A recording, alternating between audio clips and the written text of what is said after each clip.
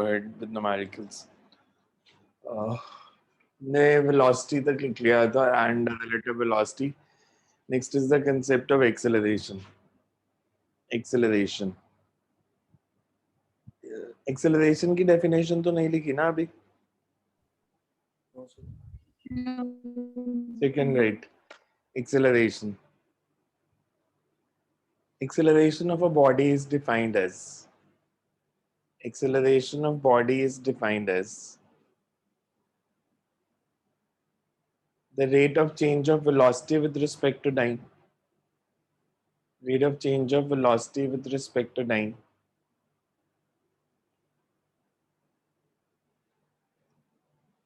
It is a vector quantity.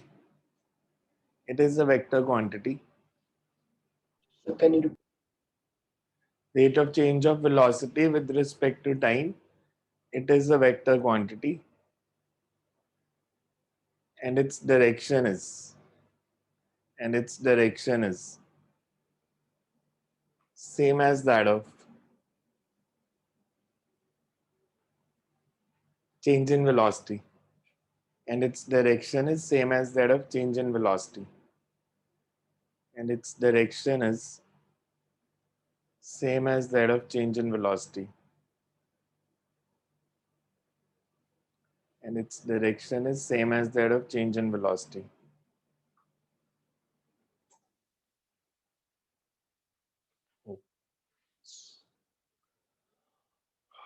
Board switch off हो गया because of power failure so देखते हैं let's see अभी वैसे लिखो आगे its direction is same as that of change in velocity but in one dimensional motion but in one dimensional motion but in one dimensional motion but in one dimensional motion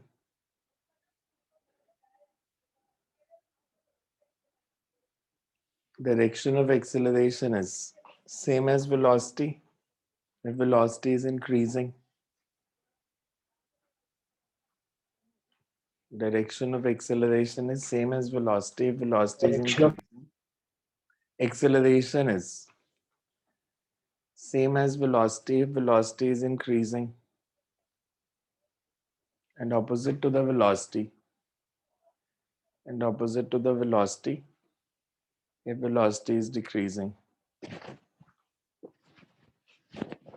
and opposite to the velocity if velocity is decreasing.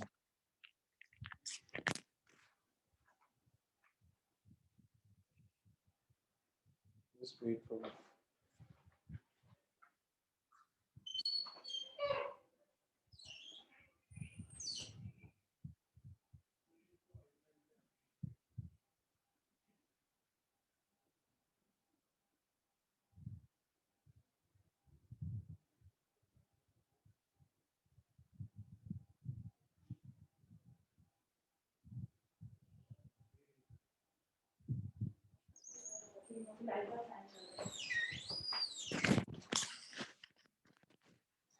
The units of acceleration are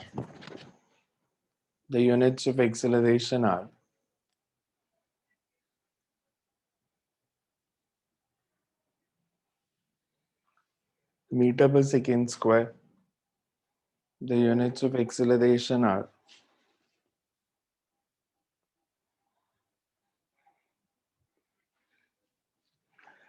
meter per second square in SI and centimeter per second square and centimeter per second square in CGS and centimeter per second square in CGS.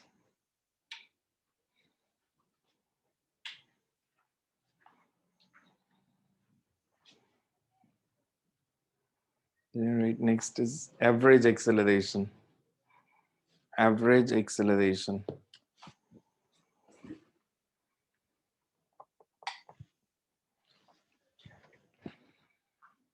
It is defined as average acceleration. It is defined as ratio of It is defined as the ratio of total change in velocity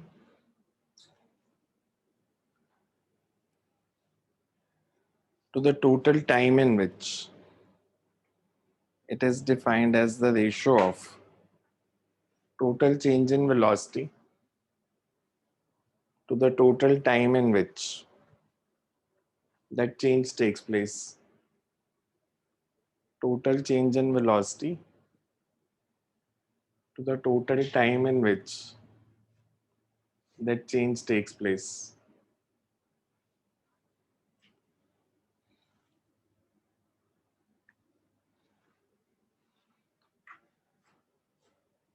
So हम लेंगे कि अगर मेरे पास 2 points हैं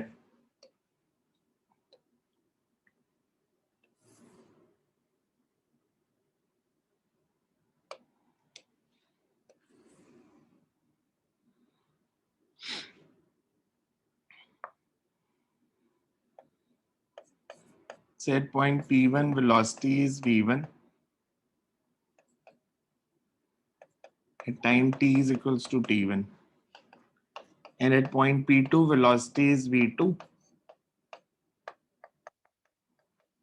So change in velocity is V2 minus V1 and time taken is T2 minus T1. So average acceleration can be written as V2 minus V1 upon T2 minus T1. Or you can say delta V by delta T. So this is average acceleration. For example, if V1 and V2 denotes, for example, if V1 and V2 denotes velocity of body at time T1 and T2, then change in velocity is V2 minus V1, then change in velocity is V2 minus V1 in time T2 minus T1. And average acceleration is, you can write this formula.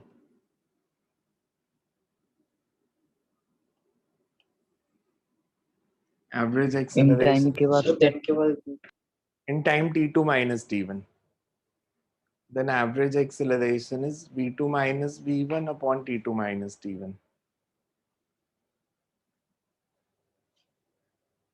sir then change in velocity के बाद हमें Change in velocity is V2 minus V1 in time T2 minus T1 and average acceleration is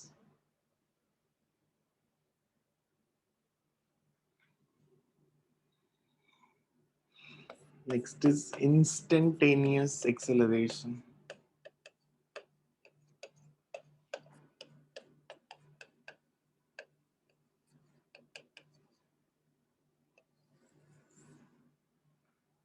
Instantaneous acceleration.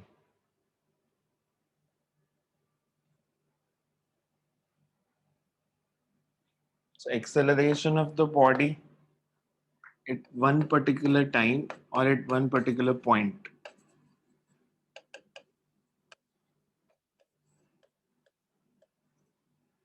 Acceleration of body at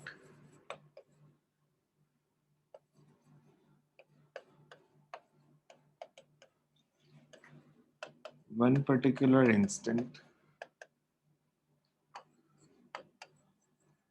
or at one particular point in the path.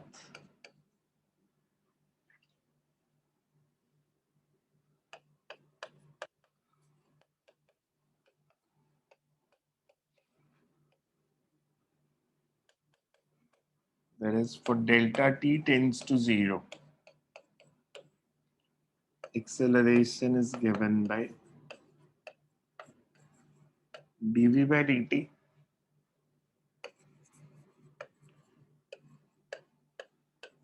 where dv is small change in velocity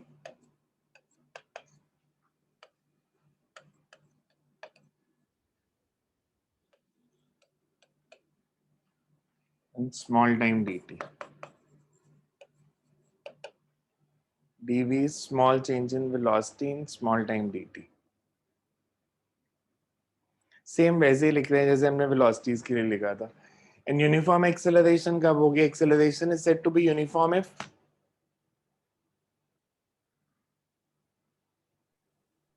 acceleration को uniform कब बोलते हैं? इफ velocity is constant. Velocity constant है तो acceleration zero नहीं होगी फिर तो. नो. एक्सेलरेशन यूनिफॉर्म कब होती है? वेलोसिटी कांस्टेंट हो तो वो तो वेलोसिटी यूनिफॉर्म हुई ना. एक्सेलरेशन यूनिफॉर्म कब होगी?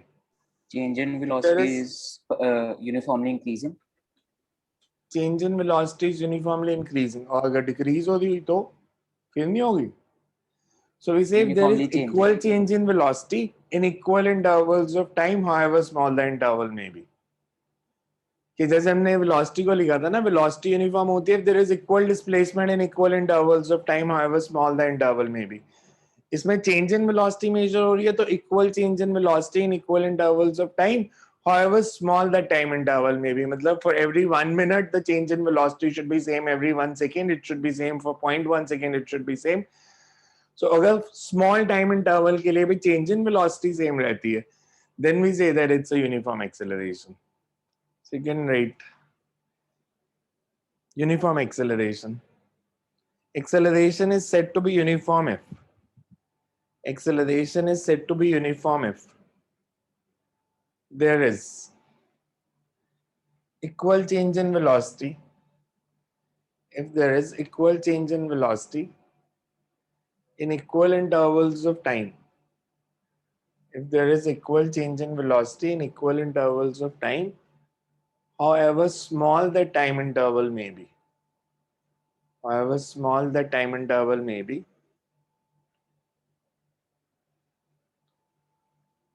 For body moving with uniform acceleration. For body moving with uniform acceleration, average and instantaneous values. However, के बाद repeat. For body moving with uniform acceleration, average and instantaneous value of acceleration must be same.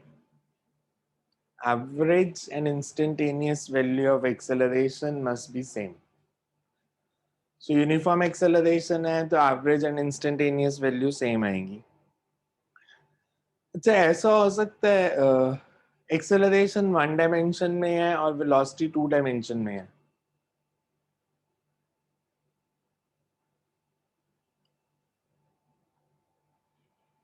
या simple पूछ लेता हूँ पहले. Is it possible that acceleration is constant but velocity is changing its direction?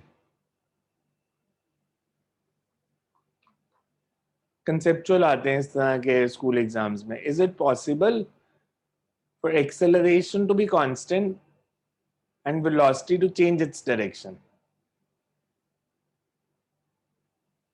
हो सकता है या नहीं हो सकता? सकता है सर. Sir, Example. yes, हो सकता है sir. Example.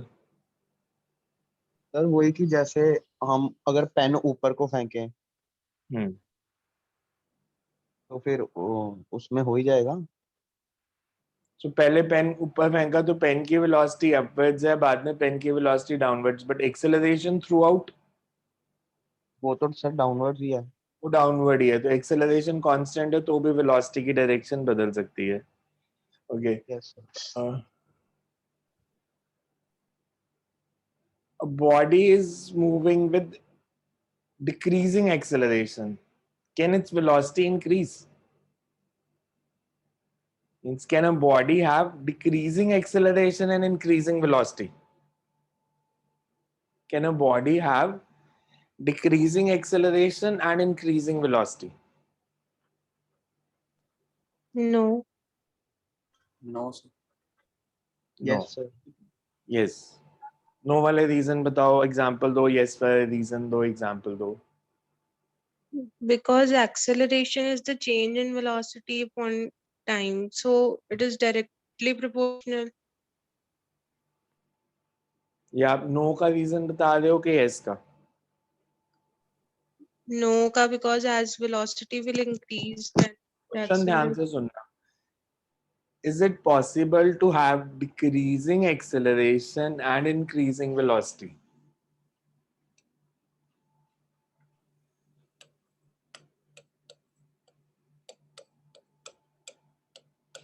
Is it possible to have 1D की बात कर रहा हूँ अभी मैं, सिंपल, ज्यादा 2 डायमेंशंस में नहीं जा रहा.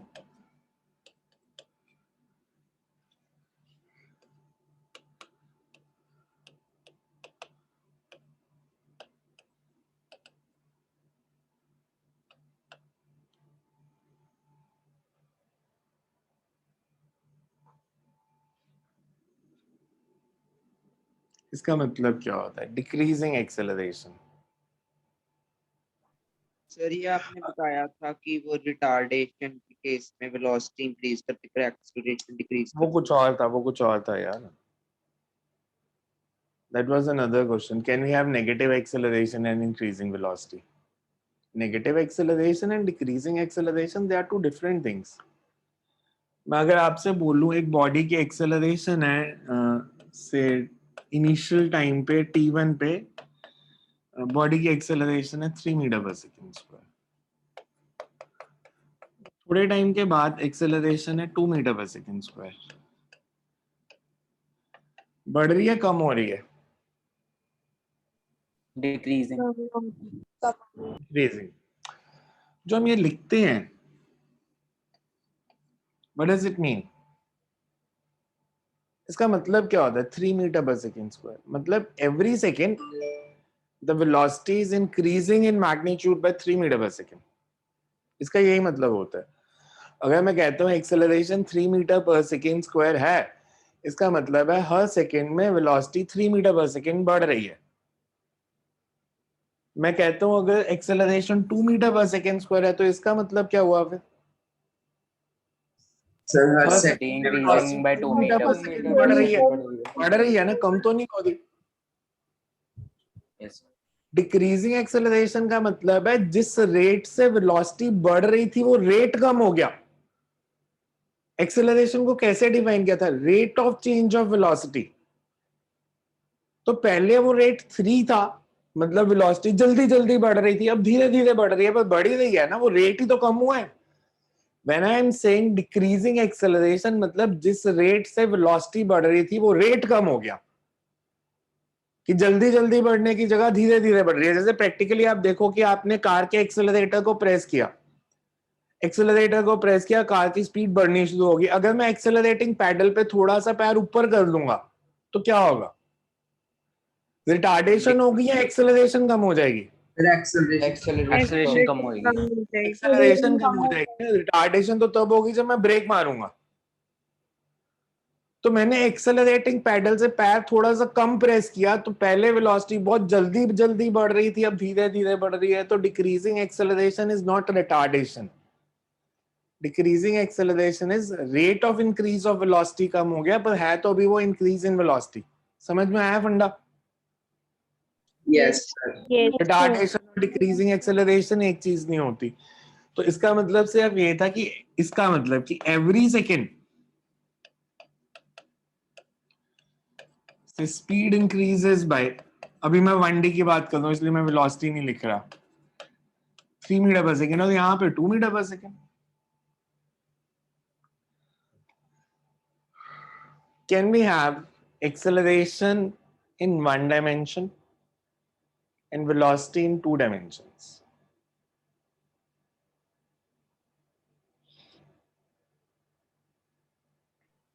सर मतलब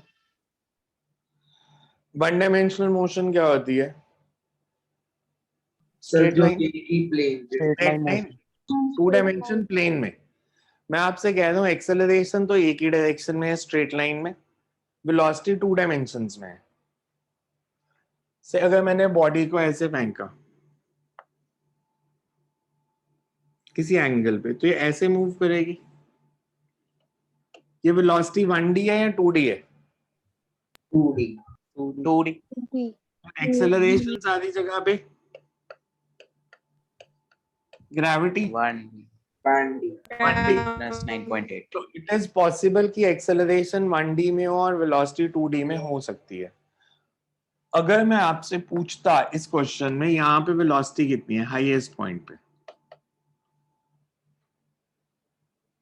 सर 0. 0. क्यों हाईएस्ट पॉइंट पे 0 क्यों?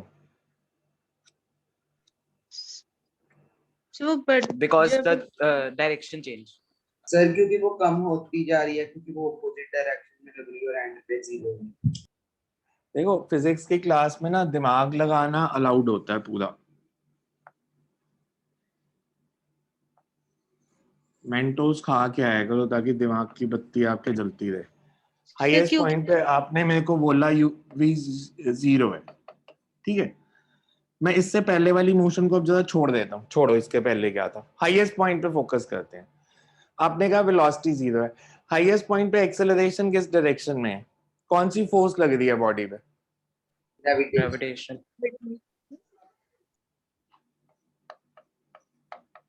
किधर लगी? डाउनवर्ड। Yes sir. तो बॉडी आगे क्यों गई फिर? अगर फोर्स इधर लग रही है तो इसको नीचे आना चाहिए था ना, या आगे क्यों चली गई? ऐसे ऐसे होता है कभी कि एक बॉडी रुकी हुई है, मैं उसको खींच तो नीचे जाऊं, वो आगे जा रही है? देखा कभी लाइफ में ऐसे?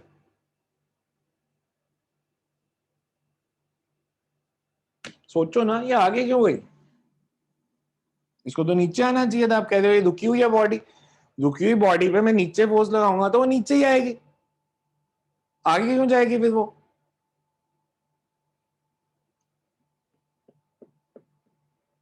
हाईएस्ट पॉइंट पे वेलोसिटी 0 नहीं होती, वो तब होती है सिर्फ जब ऐसे सीधा ऊपर फेंको। यहाँ पे 0 होगी, फिर फोर्स लगी और सीधा नीचे भी आ गई, ऐसे थोड़ी 0 होती है। रट्टा नहीं मारने कि हाईएस्ट पॉइंट पे वेलोसिटी 0 होती है। हाईएस्ट पॉइंट पे वेलोसिटी 0 होती है जब वर्टिकली ऊपर फेंके, हमेशा नहीं। आप इसको ध्यान से अगर सोचते थोड़ा सा, इस बॉडी को मैंने अगर ऐसे फेंका, इसकी वेलोसिटी एक्स डायरेक्शन में है, वाई डायरेक्शन में है, या दोनों डायरेक्शंस में थोड़ी थोड़ी है? दोनों डायरेक्शंस में। दोनों डायरेक्शंस में है दोनों में ना। कुछ वेलोसिटी इधर है, कुछ इधर है, और रिजल्टेंट है कि वो ऐसे जा रही है। हमने दोनों डायरेक्शंस में वेलोसिटी दी थी। ये जो फोर्स है ग्रेविटी, ये वर्टिकल डायरेक्शन में वेलोसिटी है से v, ये हॉरिजॉन्टल डायरेक्शन में h। हॉरिजॉन्टल डायरेक्शन में कोई फोर्स लग रही है? No sir. तो ये हॉरिजॉन्टल वेलोसिटी कभी चेंज नहीं होती। आप किसी बॉडी को अगर ऐसे थ्रो कर दोगे तो हॉरिजॉन्टल वेलोसिटी चेंज नहीं होगी, क्योंकि उस पर कोई फोर्स ही नहीं लग रही। जो यहाँ पे हॉरिजॉन्टल वेलोसिटी होगी वो यहाँ पे भी होगी, इसीलिए ये बॉडी आगे गई इस वेलोसिटी के कारण। क्योंकि इसको मैं आगे फेंक रहा था, फोर्स नीचे लग रही थी, तो इसने ऐसे पाथ लेना शुरू कर दिया कि फोर्स इसको नीचे लेके आ रही है, खुद ही आगे जाने की कोशिश कर रही है। तो रटना नहीं है, हाईएस्ट पॉइंट पे वेलोसिटी 0 होती है, 9 तक चलता था, बिकॉज 9 तक आप यही करते थे, बस ऊपर फेंका नीचे आ गई, ऐसे 0 होती है। हमेशा 0 नहीं होगी, वो आपको लॉजिक समझ में आना चाहिए, नहीं तो ये बॉडी आगे ही ना जाती। सर हाँ जी। सर हॉरिजॉन्टल में फोर्स क्यों नहीं लग गई? मैंने अगर एक बॉडी को फेंक दिया, इस पे कौन सी फोर्स लग रही है? मैं कोई लगा रहा हूँ, एक बार मेरे हाथ से छूट गई है बॉडी, फिर मैं इस पे कोई फोर्स लगा रहा हूँ या सिर्फ अर्थ ही लगा रही है? सर सिर्फ अर्थ। अर्थ कौन सी डायरेक्शन में ग्रेविटेशनल फोर्स लगाती है? Sir downwards.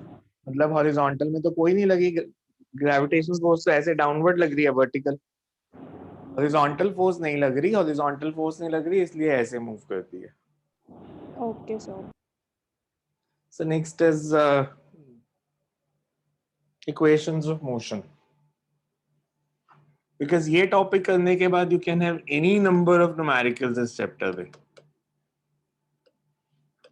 मैं पहले भी दे सकता था सारे, बिकॉज ऑलरेडी आपने इक्वेशंस पढ़ी तो हुई हैं। जो 3 इक्वेशंस पढ़ी थी, एक फोर्थ में और ऐड कर दूंगा। Excuse me, first sir. Is, हाँ जी, सर एयर रेजिस्टेंस को फोर्स दिया जाता है या नहीं? एयर रेजिस्टेंस फोर्स ही होती है, पर नॉर्मली 11th और 12th क्लास में हमेशा निगलेक्टेड होती है, बिकॉज एयर रेजिस्टेंस एक ऐसी प्रॉपर्टी है जो बहुत सारे फैक्टर्स पे डिपेंड करेगी, जिनको हम अकाउंट फॉर नहीं कर पाएंगे 11th क्लास में, मतलब बॉडी की शेप पे, मैग्नीट्यूड ऑफ वेलोसिटी पे, डायरेक्शन ऑफ वेलोसिटी पे। तो बिकॉज उसको समझना अभी 11th लेवल में मुश्किल है, इसलिए हर जगह पे 11th और 12th में उसको निग्लेक्ट किया होता है कि एयर रेजिस्टेंस अनलेस स्पेसिफाइड, वो भी उसका मैग्नीट्यूड निकालने के लिए नहीं कहेंगे, एयर रेजिस्टेंस कंसिडर करने के लिए कह लेंगे सिर्फ, तो हम करेंगे। वो एक ही क्वेश्चन आएगा प्रोजेक्टाइल मोशन में, अदरवाइज नहीं करते हम कभी। से first is v is equal to u plus at, इसकी डेरिवेशन पहले समझ लो फिर हम करते हैं। बेसिकली किस किस में रिलेशन है अगर आप ध्यान से देखो तो, इसको मैं ऐसे भी लिख सकता था v minus u is equal to at। Yes, sir. Yes, sir. इसमें a कौन सी एक्सेलरेशन है, एवरेज एक्सेलरेशन है या इंस्टेंटेनियस है? Instantaneous. Average. Average. Instantaneous. Average values किसी काम की नहीं होती, वो बहुत ही रेयर कभी लगेंगी। This is instantaneous acceleration. अब अगर मैं मानता हूं कि एक्सेलरेशन यूनिफॉर्म है, तो एवरेज और इंस्टेंटेनियस की एक वैल्यू होती है। अभी 1D में जब हम स्टार्ट कर रहे हैं तो ए को अगर मैं यूनिफॉर्म लेता हूं तो ए एवरेज भी हो सकती थी, ए इंस्टेंटेनियस भी हो सकती थी, बिकॉज यूनिफॉर्म के केस में इनकी सेम ही वैल्यू होती है। But instantaneous acceleration is a is equal to dv by dt। इस इक्वेशन को मैं ऐसे लिख सकता हूं, इसमें dv क्या और dt क्या है?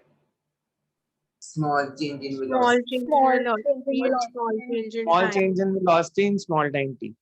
तो अगर मेरे को निकालना है t1 से t2 जाने तक वेलोसिटी कितनी चेंज हुई, ये स्मॉल चेंज इन वेलोसिटी है, टोटल चेंज निकालना है तो इसको इंटीग्रेट कर देते हैं।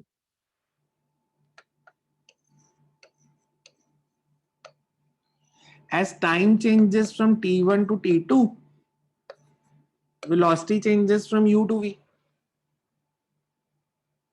या मैं ऐसे भी कर सकता था कि इनिशियल टाइम अगर मैं 0 ले लूं तो I can also write that as time changes from 0 to t, velocity changes from u to v। dv can be written as similarly dt can be written as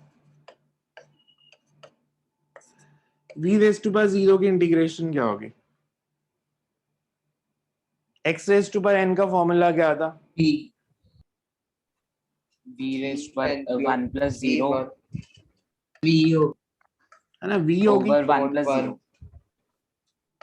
similarly इधर भी ऐसे ही, मतलब V आपको वन पेपर over में one। नहीं भी करोगे ये स्टेप तो चल जाएगा, बिकॉज वो टीचर्स समझ जाते हैं कि dt की इंटीग्रेशन t की है, ये v है t, तो इसमें लिमिट्स कैसे पुट करेंगे?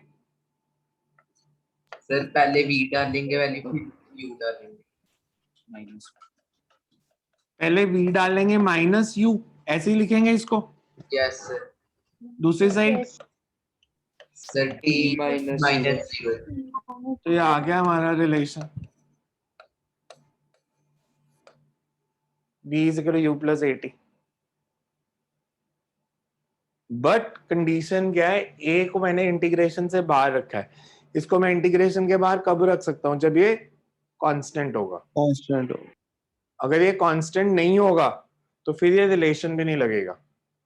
जैसे वो अगर आपको दे दें से एक बॉडी रेस्ट से शुरू करती है, रेस्ट से शुरू करती है मतलब u0 है और उसकी एक्सेलरेशन है 2t, तो 3 सेकेंड्स के बाद इसकी वेलोसिटी कितनी होगी?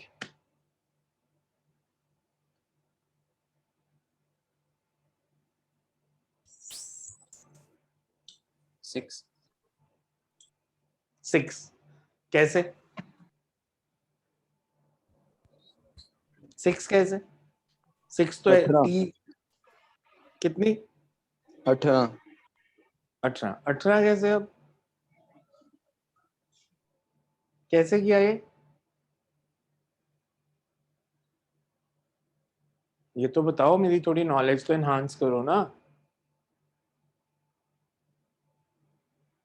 Because teaching is a process in which you always learn. तो मेरे को भी ये मेथड बताओ कैसे किया. 18 कैसे आया आंसर आपका?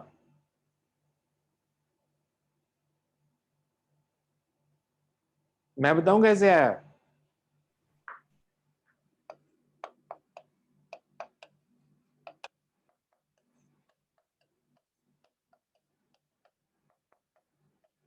t की वैल्यू डाल दी 3 तो आंसर निकाल दिया 18. मैंने अभी क्या बोला, ये इक्वेशन कब लगनी है? जब a constant. Constant. ये कांस्टेंट है, ये टाइम के साथ बदल नहीं रहा. t बदलेगा तो a तो बदल रहा है. t इज इक्वल टू 0 पे 0 है, t इज इक्वल टू 1 पे 2 है, 2 पे 4 है, 3 पे 6 है. एक्सेलरेशन कांस्टेंट थोड़ी है. तो याद रखना काइनेमैटिक्स की इक्वेशन तब नहीं लगानी अगर a वेरिएबल दिया है. इसको मैंने 2t दिया है, 2x दिया, कुछ दिया है, 2v दिया, मैं कुछ भी दे सकता हूं. ये इक्वेशन तभी लगेगी जब a की एक फिक्स्ड वैल्यू दी है, मैग्नीट्यूड और डायरेक्शन दोनों constant, otherwise this equation is not applicable. तो करना क्या था, ये क्यों करते हैं हम? ताकि आपको लॉजिक समझ में आए कि रिलेशन आया कैसे. a को कांस्टेंट रखा था तो ये रिलेशन आया था. बट अगर a कांस्टेंट नहीं है, मैं दोबारा से यही डेरिवेशन करने की कोशिश करूं. a is equals to dv by dt, dv is equals to a dt. अभी मैंने माना है a कांस्टेंट है यहाँ पे कहीं पे, इधर नो सर. मैंने एज्यूम किया, अभी तो नहीं एज्यूम किया. तो मैं इसको ऐसे लिख देता हूं. अगर मेरे को चेंज इन वेलोसिटी निकालना है,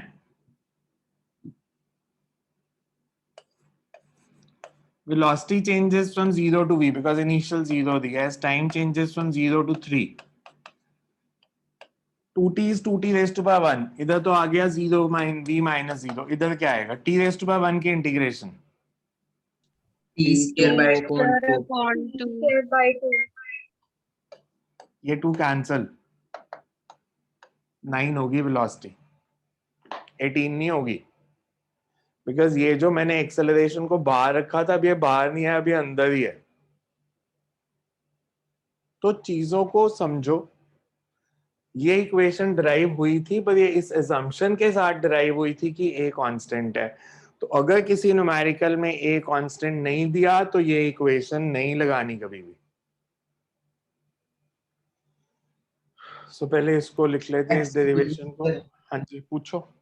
अगर एक कांस्टेंट गिवन है तो हम ये जो आपने सेकंड फार्मूला किया इससे कर सकते हैं सर. अगर एक कांस्टेंट भी है तब हाँ, ये तो हमेशा लग जाएगा.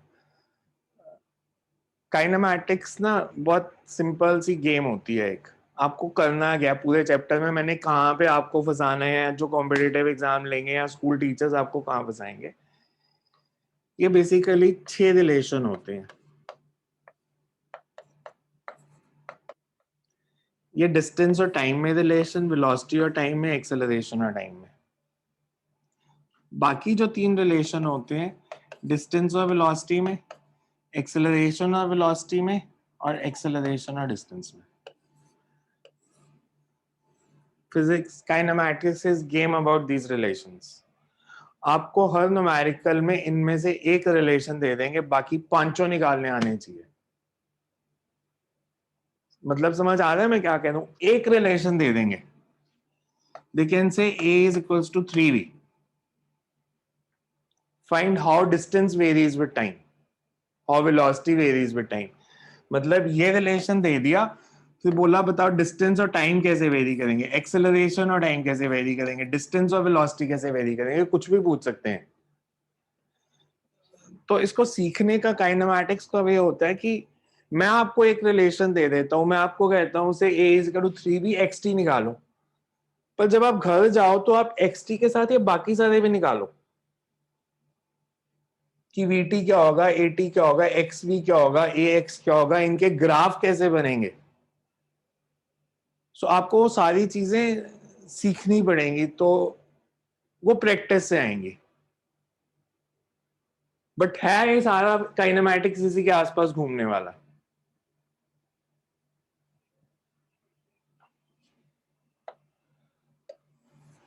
तो ये तो एक सिर्फ Excuse me, मेथड था.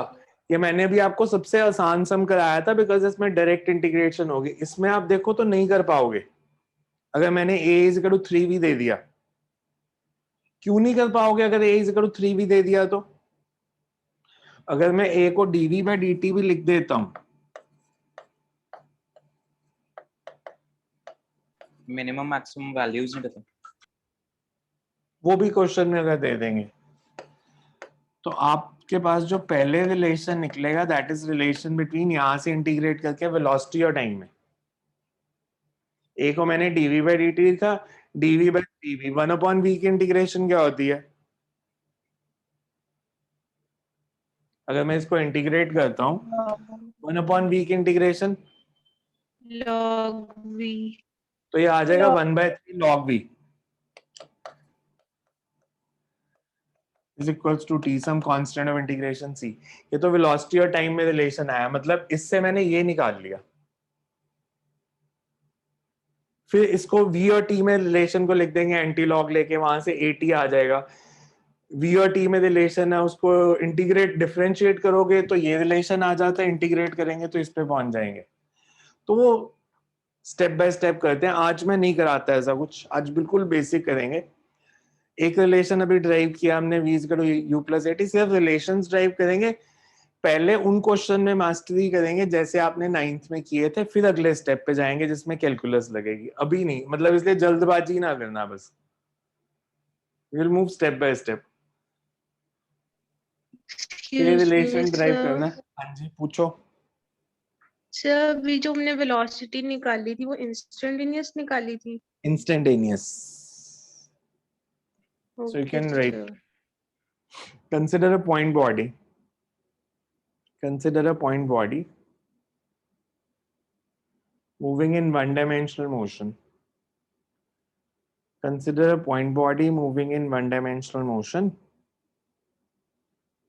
with constant acceleration. Now, whenever I say constant, आपके दिमाग में बिल्कुल क्लियर रहना चाहिए कि मैग्नीट्यूड और डायरेक्शन दोनों कांस्टेंट, बिकॉज जब भी हम वेक्टर क्वांटिटी को कांस्टेंट बोलेंगे इसका मतलब हम सिर्फ मैग्नीट्यूड की बात नहीं कर रहे, डायरेक्शन के भी साथ में ही कर रहे हैं।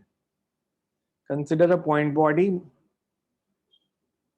moving with uniform acceleration or constant acceleration such that its instantaneous value is given by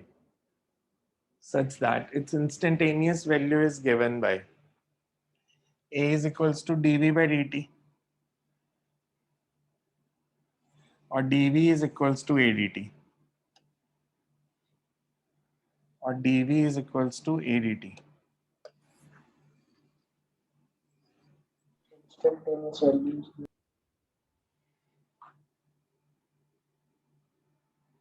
We say if velocity changes from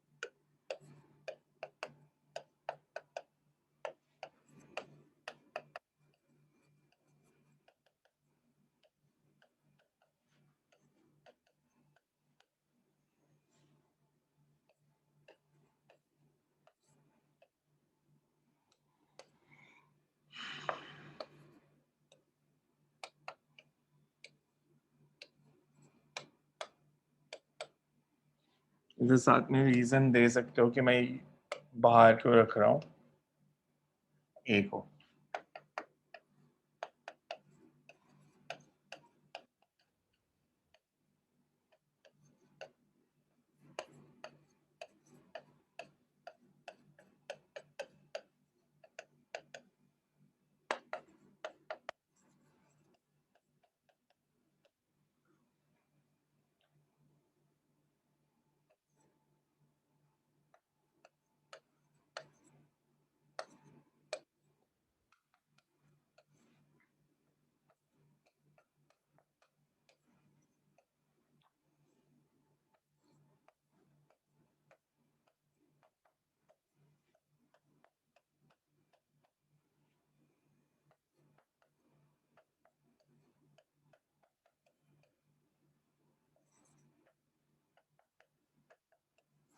And it's a vector relation. You can write in vector form also.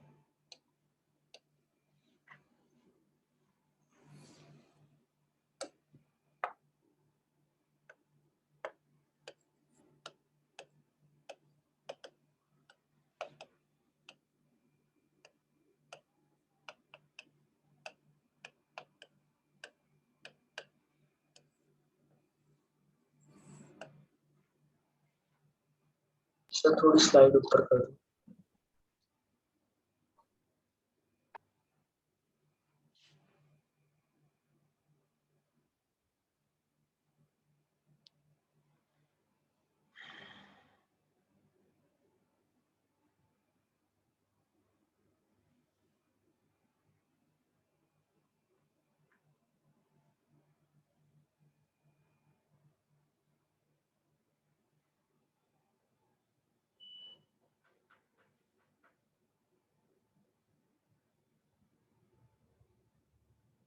Clear है सबको derivation? Yes, sir. कर लिया note करें next. Yes, sir. Yes, sir.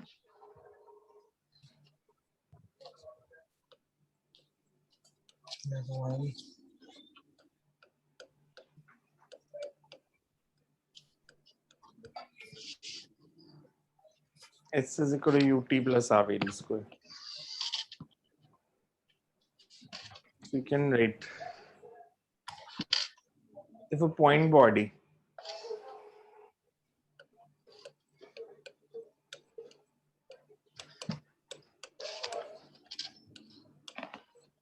Sir यहाँ पे point body से क्या mean है? मतलब उसकी डायमेंशंस नहीं कंसिडर करनी होती, उसको पॉइंट मान के चलना है. जैसे आप लेते हो man moving on a road, man travels a distance of 10 metre, तो हमें ये नहीं बताया ना मैन के कौन से लेफ्ट पैर ने डिस्टेंस 10 मीटर कवर किया, राइट ने किया, तो वो मतलब मैन को हम एक पॉइंट मान के चल रहे हैं, उसकी डायमेंशंस नहीं कंसिडर कर रहे.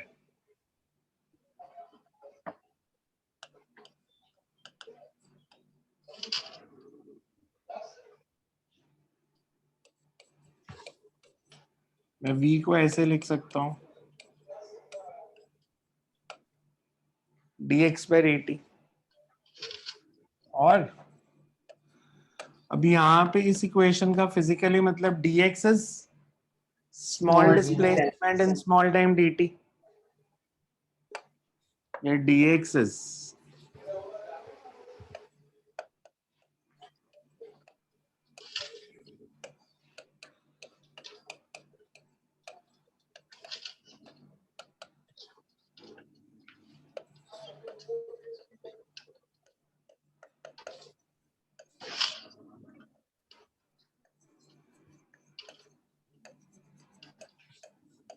यहाँ पे v क्या है? v इनिशियल वेलोसिटी है, फाइनल है कि इंस्टेंटेनियस है?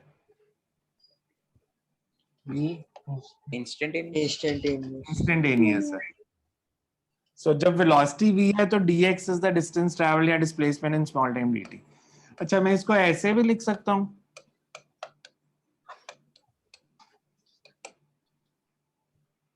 Yes, instantaneous velocity is u plus at. Yes, sir.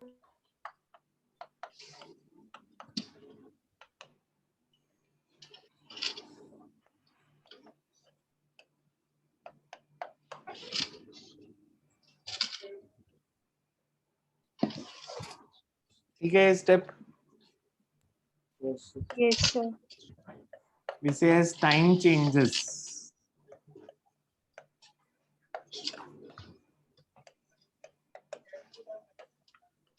body displaces by s.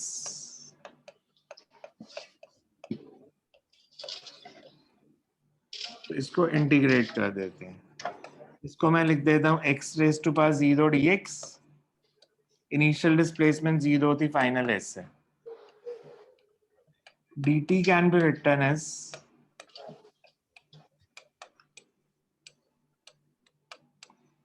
तो इसमें भी मैंने a को कांस्टेंट मान लिया, इंटीग्रेशन से बाहर रख लिया, x raised to power 0 की इंटीग्रेशन.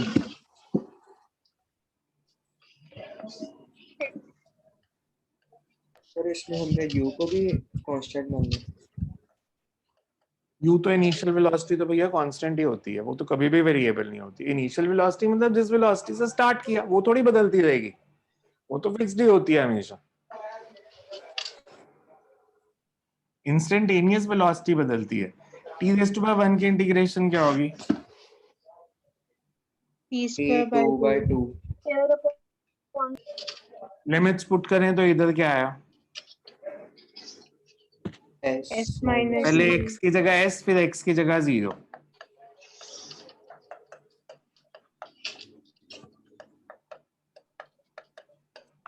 लोअर लिमिट तो सब जगह 0 ही है, तो this becomes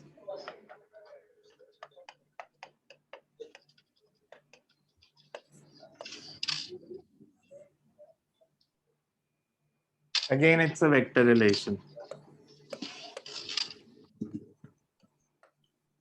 In vector form you can write this as, सिर्फ वेक्टर क्वांटिटीज के ऊपर वेक्टर का साइन लग जाएगा।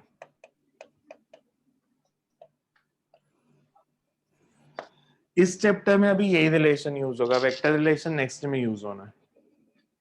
देखो समझ आ रहा है सबको कैसे किया? Yes sir. बिकॉज 9th में आपको थोड़ा स्लो कराते हैं, मतलब काइनेमैटिक शायद एक दिन में ऐसी एक ही डेरिवेशन कराएंगे, पर हम इतना स्लो नहीं चलेंगे। बट कहीं पर डाउट है तो पूछ सकते हो। 9th में आपने ये डेरिवेशन ग्राफ से की होगी, हम ग्राफ से भी करेंगे अभी बाद में। सर हाँ जी, सर इसमें हमने स्मॉल डिस्प्लेसमेंट क्यों लिया है? क्योंकि dx डिस्प्लेसमेंट डिनोट करती है ना, velocity rate of change of displacement होता है या डिस्टेंस होता है? डिस्प्लेसमेंट। तो फिर डिस्प्लेसमेंट ही लेंगे ना dx को। 1D है इसलिए मैं वेक्टर साइन नहीं डाल रहा शुरू से, क्योंकि डायरेक्शंस है नहीं, एक ही डायरेक्शन में बॉडी जा रही है, इसलिए मैं साइन नहीं लगा रहा अभी। But otherwise you have to remember s is displacement, s is not distance.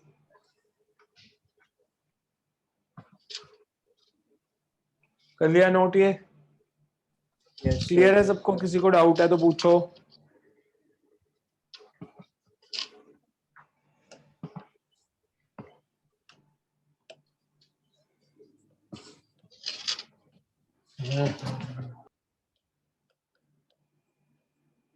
इसको कैसे ड्राइव करें? v square minus u square is equal to 2as।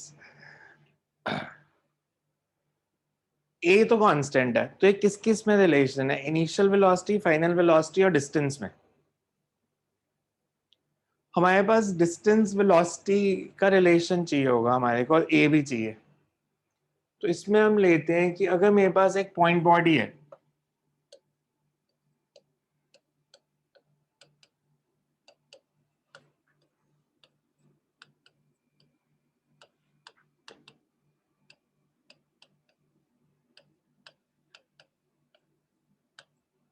if point body is moving with uniform acceleration,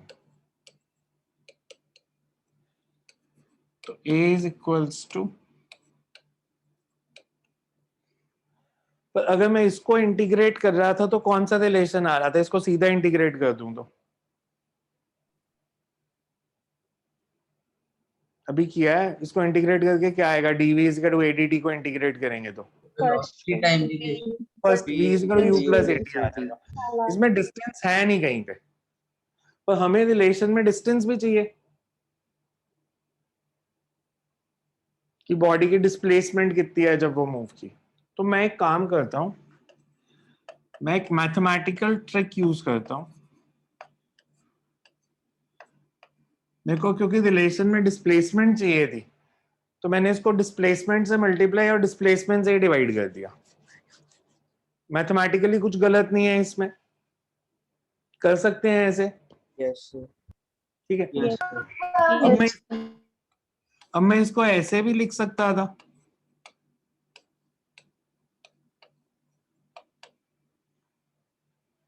इसको इधर ले आया, इसको इधर ले गया, चलेगा? Yes sir yes sir dx by dt क्या होता है?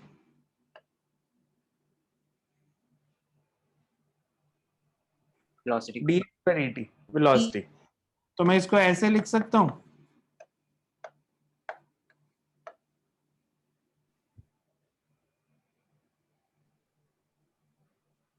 Yes, sir. or you can say VdV is equal to AdX. अगर आपने इसका किसी को स्टेटमेंट लिख के बताना है कि इस इक्वेशन का क्या मतलब है, VdV is equal to AdX, तो what does it mean? VdV Sir, small. Question का मतलब यह है कि अगर बॉडी की एक्सेलरेशन यूनिफॉर्म है तो इस स्मॉल डिस्प्लेसमेंट dx में वेलोसिटी ऑफ बॉडी v से बढ़ के v प्लस dv हो गई. अगर a यूनिफॉर्म है तो in distance dx velocity increases from v to v plus dv. तो चेंज इन वेलोसिटी कितना है? dv. इनिशियल वेलोसिटी v थी, तो we say velocity increases from v to v plus dv in small distance dx. Total change in velocity कितना है? ये तो small change in velocity है from v to v plus dv. Total change in velocity is from u to v और total displacement is integrate कर 0 to s. इसका मतलब तो स्मॉल था. इसको अगर मैं लिखूं तो I can say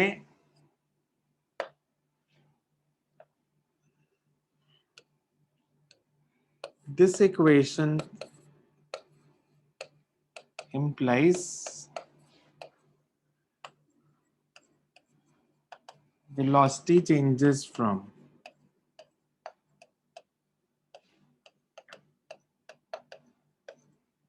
v to v plus dv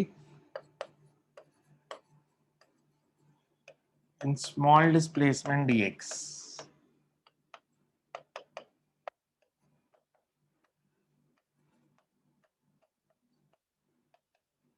If a is acceleration. Integrate कर दें तो velocity changes from u to v.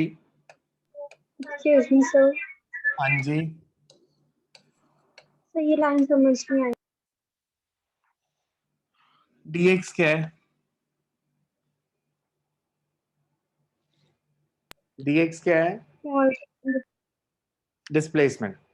adx हो जाएगा अगर एक्सेलरेशन a है और स्मॉल डिस्प्लेसमेंट dx है तो वेलोसिटी dv बढ़ रही है. वो लिखा है कि velocity changes from v to v plus dv if acceleration is a and displacement is dx. मतलब अगर मैं ऐसे नंबर लाइन पे ड्रॉ करता हूं तो इसका मतलब ये है कि यहाँ वेलोसिटी v थी, यहाँ v प्लस dv है, एक्सेलरेशन a है और ये स्मॉल डिस्टेंस dx है. तो ये स्मॉल डिस्टेंस dx ट्रेवल करने में वेलोसिटी v से बढ़ के v प्लस dv हो गई. तो बॉडी अगर a से शुरू हुई और b तक गई, यहाँ वेलोसिटी 0 यहाँ v और डिस्टेंस ट्रेवल्ड इज s. तो we say velocity changes from 0 to v as distance traveled is या displacement is s. इसकी इंटीग्रेशन सर हमें ये v Square प्लस कौन dv कैसे पता लगा?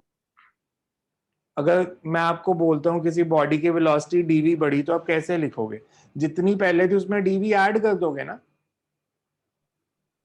एक्सेलरेशन का मतलब यही होता है ना, वेलोसिटी बढ़ रही है तो थोड़ा सा डिस्टेंस ट्रैवल करने में वेलोसिटी dv बढ़ी है. नहीं आया समझ? आ गया सर, समझ आ गया. ऐसे मत बोलना कभी आ गया, बिकॉज आगे मुश्किल चीजें भी आएंगी. तो जब तक किसी को समझ नहीं आता मेरे को रोक सकते हो, चाहे क्लास के बाद अलग से रोक लेना है, मेरे से टाइम लेना, बट समझ में आना चाहिए. किसी सर, चीज का हम रट्टा नहीं मानेंगे. हाँ जी. सर रिपीट कर दो दोबारा, नहीं ये चीज समझ आ मैं गई. आपसे कह रहा हूँ कि बॉडी यहाँ से शुरू हुई थी, रेस्ट से इधर तक जा रही है. इधर वेलोसिटी 0, इधर मान लो कैपिटल V. ठीक है. बीच में कहीं पे उसकी वेलोसिटी v थी, बॉडी एक्सेलरेट कर रही है मतलब वेलोसिटी बढ़ रही है. तो यहाँ v, तो यहाँ थोड़ी सी बढ़ गई, ये थोड़ा सा डिस्टेंस ट्रैवल करने में ये वेलोसिटी बढ़ गई. तो हमारे पास ये रिलेशन आ गया कि अगर उसकी इनिशियल वेलोसिटी v थी तो ये स्मॉल डिस्टेंस dx ट्रैवल करने में वेलोसिटी dv बढ़ रही है. वो इस इक्वेशन से रिप्रेजेंट किया कि vdv is equal to adx. इसकी इंटीग्रेशन क्या होगी? v raised to power 1 की v square upon 2 u to v, x raised to power 0 की x 1 upon लिमिट्स पुट करेंगे तो क्या आएगा? पहले अपर लिमिट पुट करें तो p square by 2 minus u Sir, square u by square by 2 2 as s minus 0. तो आ गया हमारे पास रिलेशन। yes sir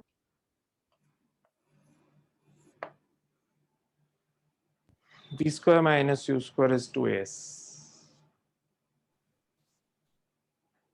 सर हाँ जी, सर ये नहीं समझ आ रहा v प्लस dv कैसे आया? v प्लस dv कहाँ आया यार? मैंने कहा पहले वेलोसिटी v है, थोड़ी सी बढ़ी तो कितनी हो गई? आपकी अभी वेलोसिटी 2 है, dv बढ़ी तो कितनी हो गई? ऐड कर देंगे। तो वही तो किया मैंने, v है तो v plus dv। Okay sir. कि थोड़ा सा डिस्टेंस ट्रैवल करने में वेलोसिटी थोड़ी सी बढ़ रही है, वो मेंशन कर रहा हूँ कि dx डिस्टेंस में वेलोसिटी dv बढ़ेगी तो रिलेशन बनेगा v dv is equal to a dx। और वो कैसे बना वो तो ऊपर प्रूफ किया हमने कि वो कैसे बना रिलेशन।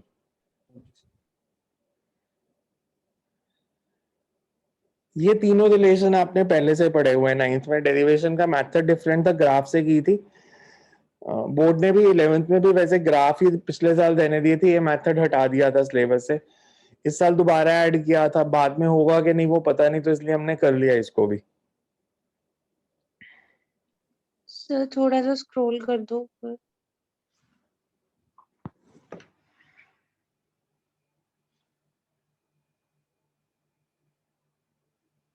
ठीक है यहाँ तक?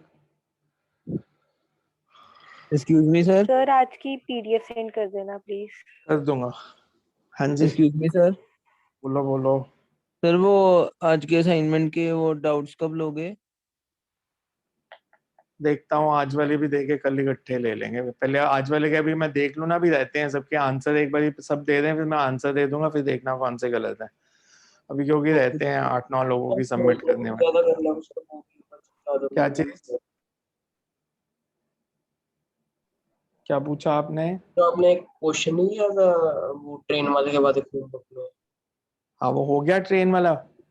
मैंने आपको कहा था कि वो पूरा करके देखना कि 2⁻³ स्क्वायर 2⁻³ क्यूब। किसी ने प्रूफ करके देखा कि वो 3 क्यूब आएगा सेकंड ट्रिप का आंसर, थर्ड का? क्या यस ऐसे ही मान लिया? सर वो आ रहा था। और जो एक और क्वेश्चन दिया था कार और वॉल वाला, सर वो सर भी वो भी हो हो गया गया था। था। सर नहीं वो नहीं हुआ सॉल्व। कार और वॉल। और ये 2 ट्रेन्स वाला किसने दोबारा से घर में करके देखा और कितने लोगों ने नहीं किया? ऑनेस्टली बताना। सर आपके स्टेप देख के सर एक बार दोबारा से ट्राई किया था। तो एक और ये बताता हूँ, मतलब हम न्यूमेरिकल्स यहाँ करेंगे ना अब, बिकॉज काइनेमैटिक्स शुरू हो चुका है। आप एक हैबिट बनाना। मैं एक मेथड बताऊंगा आपको, हम जो भी न्यूमेरिकल करेंगे उसका एक मेथड करेंगे कि ऐसे हो सकता है। जब आप घर में उसको देखो तो try to do it with some alternate method. उससे तो आ गया आपको, ठीक है, कोशिश करो कि उसका आपको ऑल्टरनेट मेथड भी आता हो। मेरे पास एक शायद इंटरव्यू पड़ा होगा, देखूंगा अगर मेरे पास सेव्ड है तो। 2016 या 15 का आईआईटी का जिसका रैंक 1 आया था, हैदराबाद का स्टूडेंट था वो,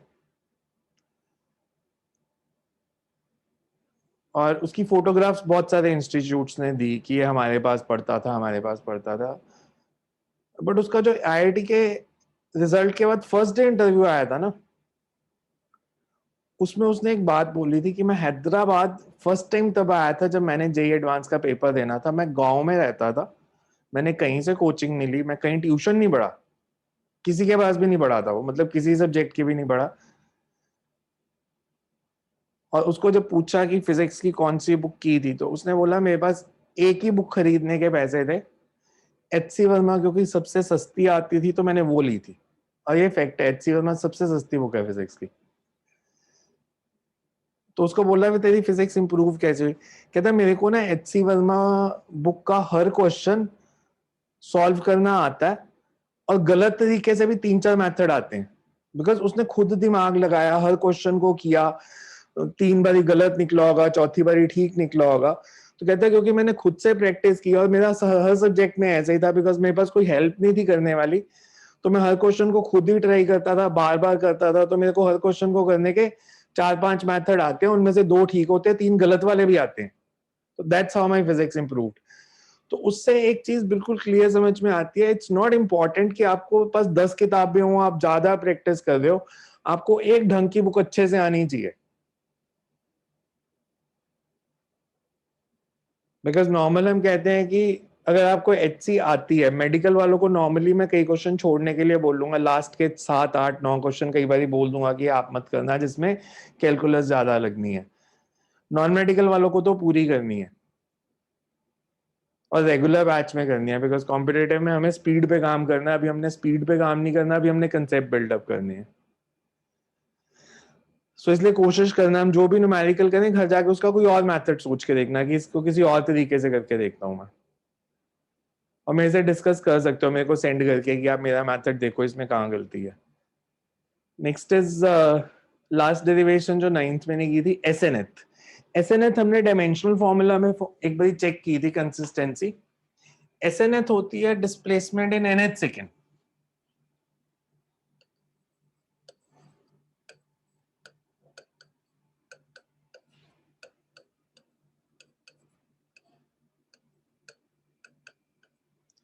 nth सेकेंड मतलब एक तो हम जो s से करो ut plus half at square लेते हैं, इसमें s कौन सी डिस्प्लेसमेंट होती है? Displacement in t seconds if initial velocity is u, acceleration is a. तो s is equal to ut plus half at square gives us displacement in t seconds। मतलब 3 second में कितनी डिस्प्लेसमेंट होगी, 4 second में कितनी होगी, 5 सेकेंड में कितनी होगी, वो s is equal to ut plus half at square से आएगा। ये है कि 3rd सेकेंड में कितनी होगी, 4th में कितनी होगी, नॉट 3 में, 3rd में। तो मैं अगर ऐसे लूं, बॉडी मान लो इधर से शुरू होती है A से और B तक जाती है इन t सेकेंड्स। यहां पे t 0 था या n सेकेंड्स में। मैं आपसे पूछूं ये डिस्प्लेसमेंट कितनी है, s, तो इसको मैं ऐसे लिख सकता हूं,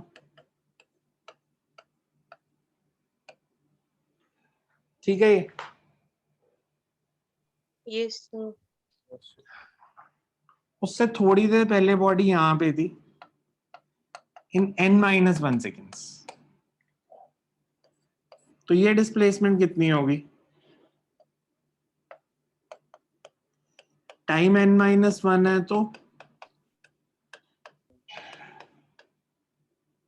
displacement is un-1 plus half an-1 का स्क्वायर। t की जगह n-1 पुट कर दिया। जैसे मान लो ये अगर 4 है तो ये 3 है, इधर निकालना था तो u into 4 plus half a into 4 square. 3 seconds में निकालनी है तो u into 3 plus half a into 3 square. ये 3 सेकेंड में, ये 4 में, तो 4th में कितनी?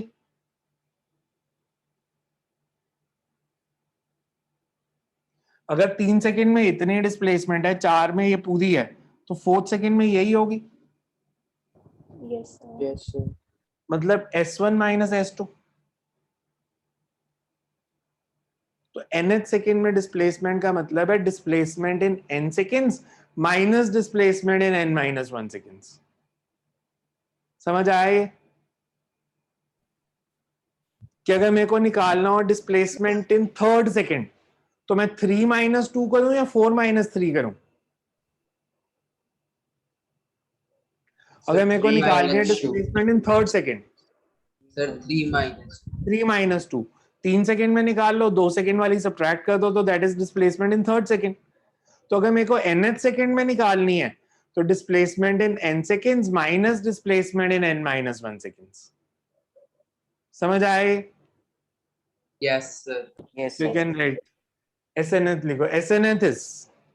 SNth is displacement of the body in nth second. SNth is displacement of the body in nth second, and it is the difference of and it is the difference of displacement of the body in n seconds and n minus 1 seconds. Sir repeat करना. And it is the difference of displacement of the body in n seconds and n minus 1 second.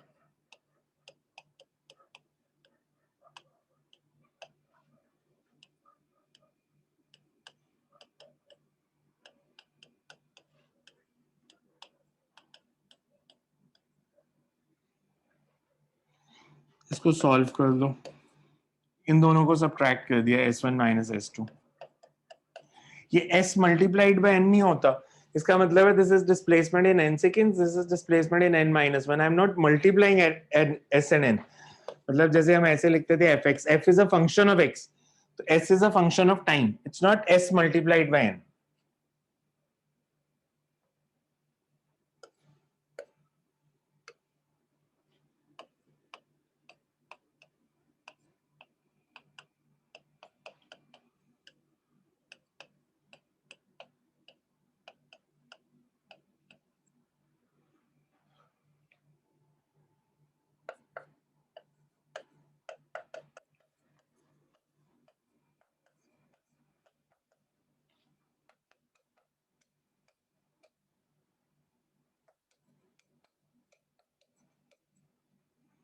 ये term तो cancel हो गई.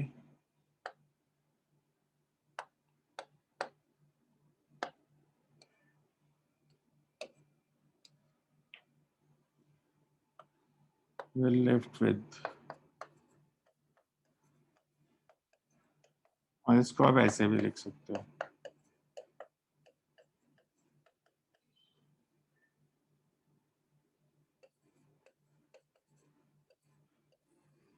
तीन फॉर्मूले तो आपको याद ही है, कि भी याद रखना पड़ेगा.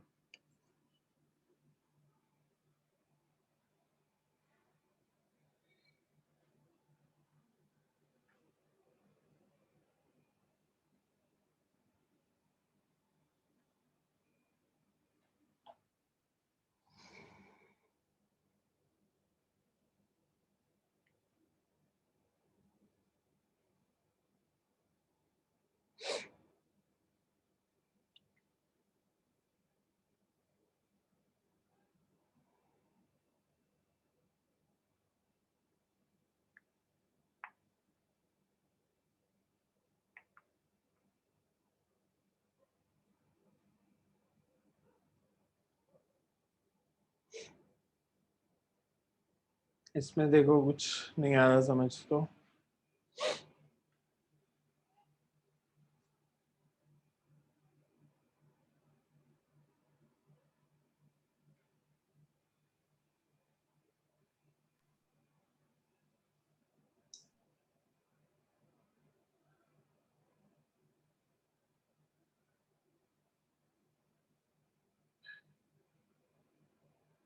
सर इसको भी डिफरेंशिएशन से निकाल सकते हैं. किसको? ये नहीं नहीं नहीं, ये तो फॉर्मूला तो हमारे पास पहले ही है, तो सिर्फ मैथमेटिकल पार्ट है कि 3 - 2 या n - n - 1. ग्राफ से जरूर निकल सकती है.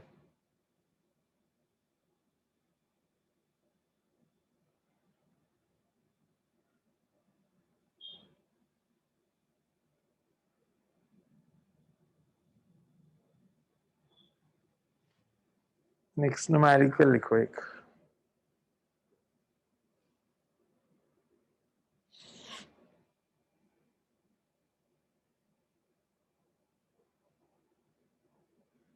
Body is thrown upwards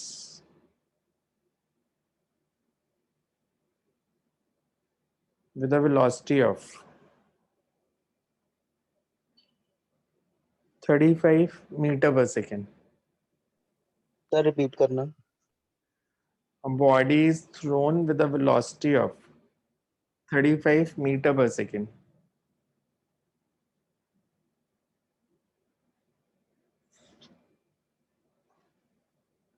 Find displacement of the body. Find displacement of the body in 4th second of its motion. Find displacement of the body in 4th second of its motion.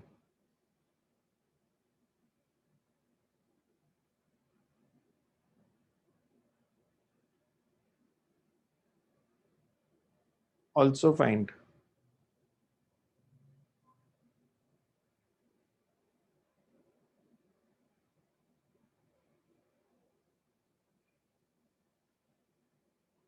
displacement of the body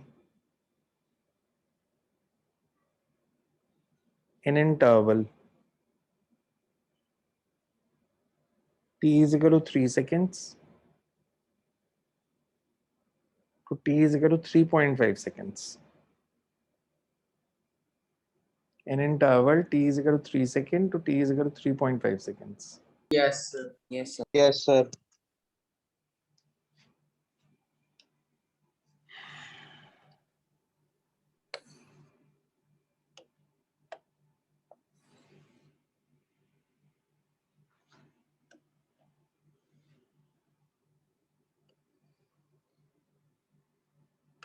Sir, 2.5. यहाँ से ऊपर फेंका, highest point पे speed 0 क्योंकि vertically ऊपर फेंका, जब नीचे आएगी दोबारा 35.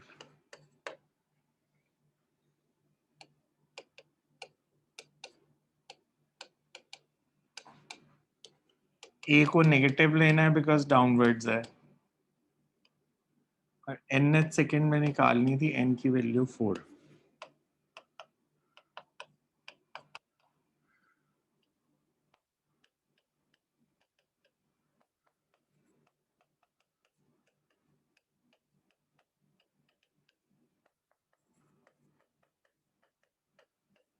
ये तो सबका हो गया part. Yes, sir. Sir second का 2.5 है. सेकेंड का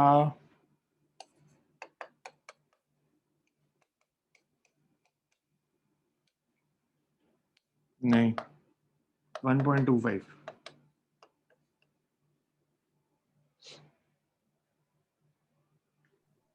सर ये आपने कैसे किया?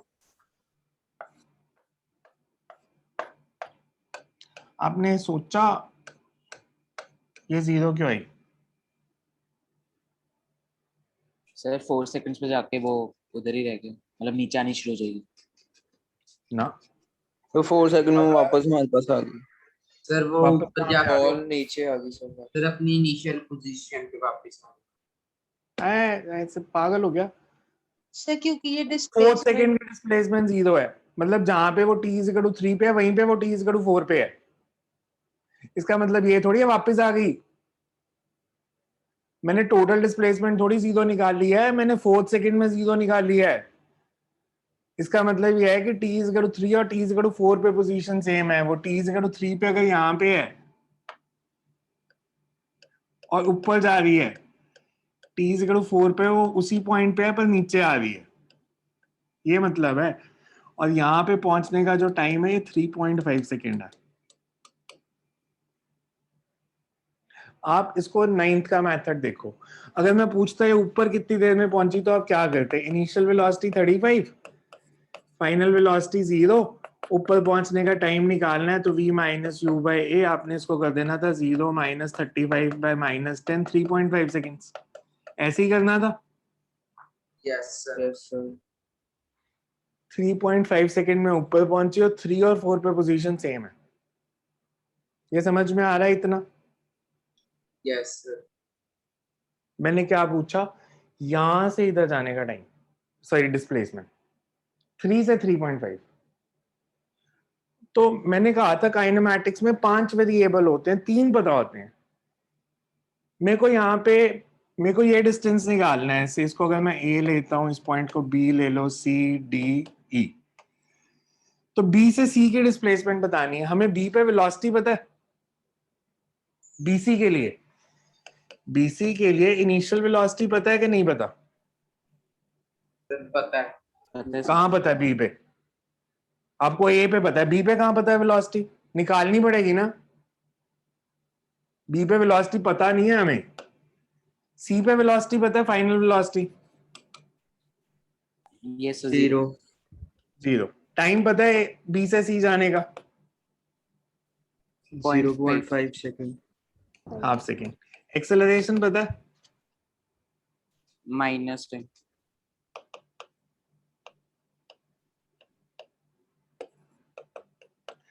मैंने कहा था अगर 3 वैल्यूज पता हो तो बाकी 2 निकाली जा सकती हैं। आप पहले यू निकाल लोगे और फिर आ जाएगा। बट अगर मैं ध्यान से देखूं तो बीसी और सीडी डिस्टेंस सेम है यस सर। Yes sir. है ना? तो बीसी और सीडी सेम है। सीडी के लिए इनिशियल वेलोसिटी पता है, सी से डी बॉडी जब आ रही है 0. Yes sir. 0 0, तो यू तो 0 हो गया, यूटी 0 हो गया, प्लस हाफ। एक्सेलरेशन पता है, सर 10. 10 10 time sir 0.5. 0.5 सेकंड। आ गया ये आंसर। तो मैंने बीसी की जगह सीडी निकाल लिया, बात तो एक ही है। यहाँ पे एक स्टेप बढ़ जाना था, होना कुछ नहीं था। यहाँ पे पहले आपको वेलोसिटी निकालनी पड़ेगी, नहीं तो बी पे। बट हम ध्यान से देखें तो सीडी निकाल दो, बीसी तो उसके इक्वल ही आएगा। सर एक बार दोबारा बताना। मेरे को बीसी डिस्टेंस निकालना है, बीसी सीडी के इक्वल है, तो मैं सीडी निकाल लेता हूँ। सी पे वेलोसिटी कितनी है? 0 सी से डी आने का टाइम कितना है? 1 second. 0.5. Half. 0.5 acceleration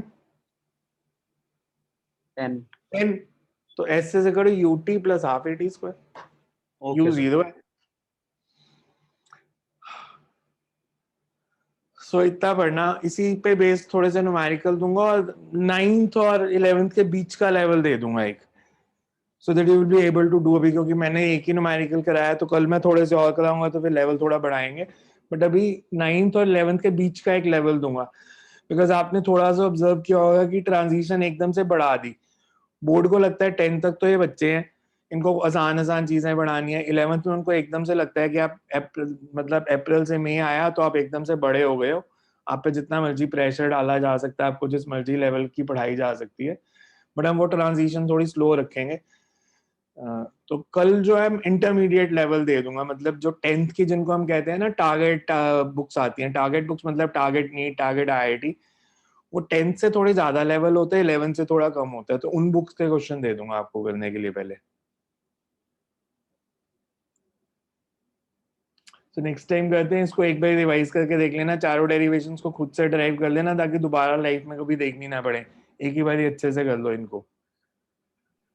okay sir. Sir